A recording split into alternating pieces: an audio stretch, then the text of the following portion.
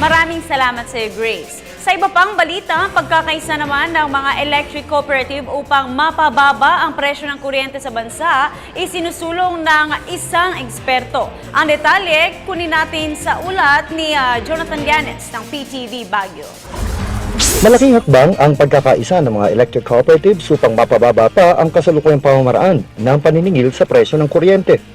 Itong sinabi ni UP Diliman College of Engineering Associate Professor Roswaldo Del Mundo sa isinugawang pag-aaral ng Electric Power Industry Reform Act na mga kinatawan ng iba't ibang kooperatiba sa buong bansa sa Universidad ng Pilipinas. Ang kay Del Mundo, kabilang ang aggregation o ang nagkakaisang pamimili ng supply ng kuryente sa isang power generator o transmission provider sa mas mababang halaga na may kakibat na Una, educate natin ang co-op natin.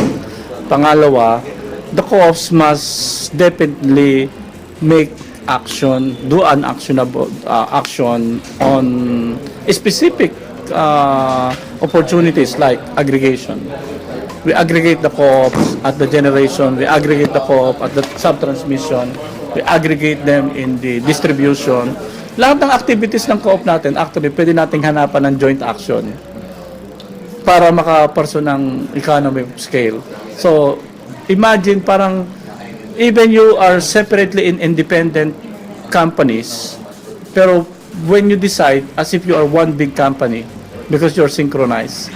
Maliban sa aggregation, ilang pamamaraan gaya ng debt servicing mula sa isang regulator na tutulong sa pamumuhunan ng mga electric cooperatives, partikular na sa operasyon at pamamalakad ng mga ito na naglalayong makamit ang supisyenteng supply ng kuryente sa mas mababa at nagkakaisang halaga. Our electric cooperatives are regulated in terms of what we call debt service. In other words, it's understood because this is a consumer company, you don't ask your consumers to give an investment. Hindi sila mag-i-invest kasi nga consumer sila. So, and therefore, ang regulation natin ay, sige, kung ang co-op ay kailangan ng capital expenditures, then the co-op borrows money. Okay, when he borrows money, pagdating sa regulator, kinakalculate yung rates para mabayaran yung amortization. And therefore, the consumers does not need to put up the fund upfront. So there is no need for... So ang kailangan lang dito ay dapat credit-worthy ka. Credit-worthy ka kung nagbabayad ka ng utang mo. Mula sa lungsod ng Baguio at para sa Telebisyon ng Bayan, Jonathan Llanes.